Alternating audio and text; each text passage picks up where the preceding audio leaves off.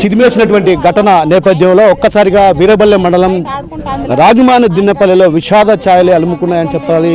ఏదైతే తీవ్రమైనటువంటి ఆవేదనకు లోనటువంటి పరిస్థితి ఈ గ్రామానికి సంబంధించినటువంటి వాళ్ళు ఉన్నారు. వారిని అడిగి తెలుసుకునే ప్రయత్నం చేద్దాం. అమ్మ చెప్పండి అమ్మా. చూడాలి సార్, మేము బాడీని చూడాలి సార్, మేము దయచేసి చూడాలి. ఆయన కాళ్ళు రేగేసిపోయినాడు సార్ మా మీదనే. మేము వస్తాం 3 నెలలకు మీ కథ చూస్తాను అని కాళ్ళు రేగడేసిపోయినాడు ఇంటి ముందర. మేము ఎవరు లేరు, అందరం ఏడవాళ్ళు ఆడ ఎత్తకని వినారు. 3-4 ఉన్నాము, జీప్ వేసుకొని వచ్చినారు, బేగం తీసినారు, ఎక్కించుకొని వెళ్ళిపోయినారు. 5 నిమిషాలు పెట్టిండు వాడిని ఆడే బూడ్చేసింటాం మేము. వాడు కాళ్ళు రేగేసిపోయినాడు, వాడిని చూడాలి, మేము గుర్తు పట్టుకుంటాం కూడా. బాడీ మదనపల్లి ఉంటే బాడీ మదనపల్లి పెట్టండి, మేము చూస్తాం. అది మా న్యాయం. న్యాయం జరిగింది, మాకు న్యాయం జరిగింది, పోలీసులు మా పక్క ఉండారు అని నమ్ముతాము. మాకు బాడీ చూపించాలా. మనవరాలు కూతురు బిడ్డ. సో మొత్తం మీద చూస్తే ఏదైతే ఈ ఘటనలో అఘాయిత్యానికి పాల్పడినటువంటి ఏదైతే అబ్బాయి ఉన్నాడో వారిని మాత్రం ఖచ్చితంగా కఠినంగా శిక్షించాలని చెప్పి కోరుతున్నటువంటి పరిస్థితి కనిపిస్తుంది. మరోవైపు ఏదైతే ఇప్పటికే తను పాల్పడినట్లు కూడా మనకు ఇప్పుడు సమాచారం అందుతున్న పరిస్థితి. మీరు చెప్పండి సార్. అబ్బాయి ఇప్పటికే అనేది ఒక వార్త వినిపిస్తుంది. వార్త చెప్పిన కాడికి అనుకున్న కాడికి వాళ్ళు చెప్పిన కాడికి సంతోషంగానే ఉంది, కానీ అది బాడీని చూస్తే కన్ఫర్మ్ అవుతుంది, మాకు అప్పటికి వచ్చింది. అంటే ఇలాంటి ఘటనలకు పాల్పడుతుంది అంటే చిన్నారులను చిదిమేస్తున్నటువంటి ఇలాంటి ఘటనలకు పాల్పడిన వాళ్ళను ఇంత లేట్ కూడా చేయకూడదు. ఆన్ ది స్పాట్లను వాళ్ళు చేసేయాలి. ఇక్కడికి ఇంకా 2 రోజులు టైం ఇచ్చినట్టు వాళ్ళకు స్పాట్లను తీసేసి పెడితే అందరికీ కూడా భవిష్యత్తులో ఎవరికి చేయాలన్నా కానీ వాళ్ళకి భయంగా ఉంటుంది, అదొక హెచ్చరికగా ఉంటుంది అనమాట. తండ్రి ఉన్నాడు, ఆయన అడిగి తెలుసుకునే ప్రయత్నం. మీరు ఎప్పుడు ఇక్కడ స్వగ్రామాన్ని వదిలిపెట్టి వెళ్ళిపోయారు ఏంటి అసలు? వెళ్ళలేదు, స్వగ్రామాన్ని మేము వదిలిపెట్టి వెళ్ళలేదు. మేము వస్తున్నాం పోతున్నాం, మా సొంత ఊరి మేము విడిచిపెట్టాలనుకోలేదు.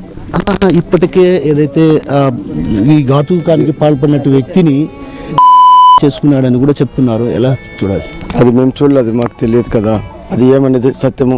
మీ తరపున పోలీసుల సారాల తరపున మేము చూసిన తర్వాత దాని గురించి మేము తెలియజేయగలుగుతాం. మీ తల్లిదండ్రులు బాడీ మేము చూడాలి, మన బాడీ మేము చూసిన తర్వాత కన్ఫర్మ్ చేస్తాం. గవర్నమెంట్ హాస్పిటల్కి వస్తుంది కదా చూసిన మీ ముందే మీ అమ్మ అదే మీ అత్త మామల ఎదురుగానే మీసం మెలేశాడు అన్నటువంటి భావం అనేసినారు, జరిగింది కూడా విషయం. సో మొత్తం మీద ఏదైతే ఈ ఘటనకు పాల్పడినటువంటి వ్యక్తిని మేము ఖచ్చితంగా చూడాలి.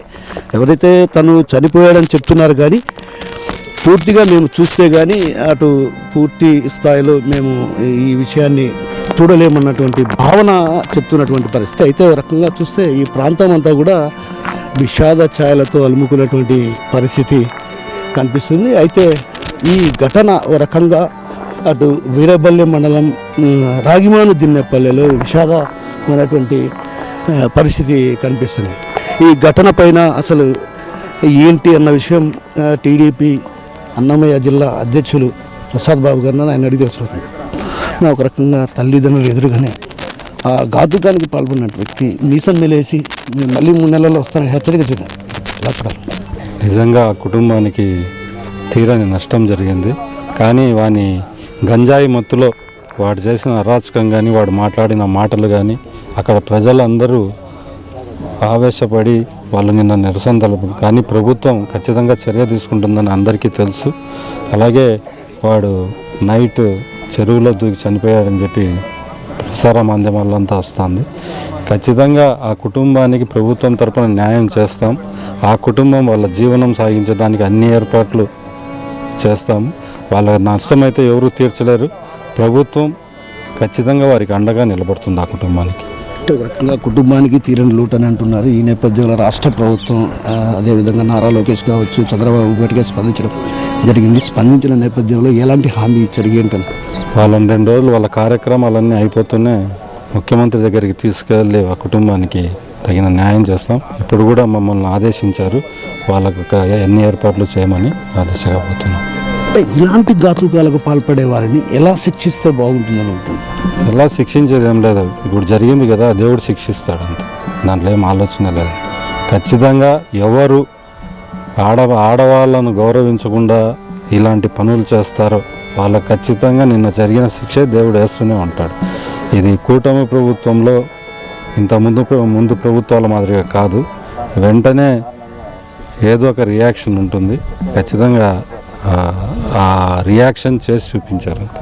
సో మొత్తం మీద ఏదైతే ఈ ఘాతుకానికి పాల్పడినటువంటి ఎవరైతే మానవ మృగం ఉన్నాడో అతను ఖచ్చితంగా దేవుడే శిక్షించాడు. ఎందుకంటే ఇలాంటి ఘటనలకు ఎవరు పాల్పడినా కూడా తీవ్రమైనటువంటి పరిస్థితులే ఉండాలి అన్నటువంటి భావన అటు వ్యక్తం చేస్తున్నటువంటి పరిస్థితి కనిపిస్తుంది. మరోవైపు కొందరు గ్రామానికి సంబంధించినటువంటి మహిళలు కూడా ఇక్కడికి చేరుకోవడం జరిగింది. ఈ నేపథ్యంలో అటు పెద్ద ఎత్తున ఇక్కడికి రావటం జరిగింది.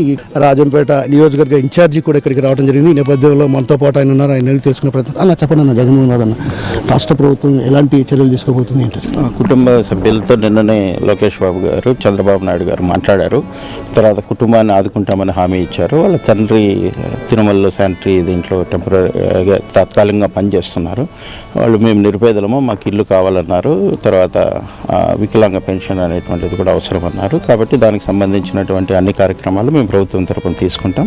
అలాగే చిన్న బాబు ఉన్నాడు, ఆ బాబుకు సంబంధించి ఇక్కడ దాతల సహాయంతో ఆ చదువుకు కావాల్సినటువంటి ఏర్పాటు కూడా చేస్తామని తెలియజేస్తున్నాం. అంటే ఈ ఘటనకు పాల్పడిన తర్వాత కూడా తను ఒకసారి మీసాన్ని మెలివేశాడని అంటే వాళ్ళు చెప్తున్నారు. అది ఎవరైతే ఆ చిన్నారిని చిరివేసినటువంటి వ్యక్తి మీసాలు తిప్పి మళ్ళీ 3 నెలలు నేను వస్తానని, సో ఇలాంటి ఘటనలకు పాల్పడి కూడా ఇంత మరీ ఆవేశంగా మాట్లాడడాన్ని, ఇలాంటి పరిణామాల నేపథ్యంలో ఇలాంటి వాళ్ళకి ఎలాంటి శిక్షలు వేస్తే బాగుంటుంది? ఈ సమాజంలో కొన్ని చెడపరుగులు ఉంటాయి, మనస్తత్వరీత్యా సైకోలు కొంతమంది ఉంటారు.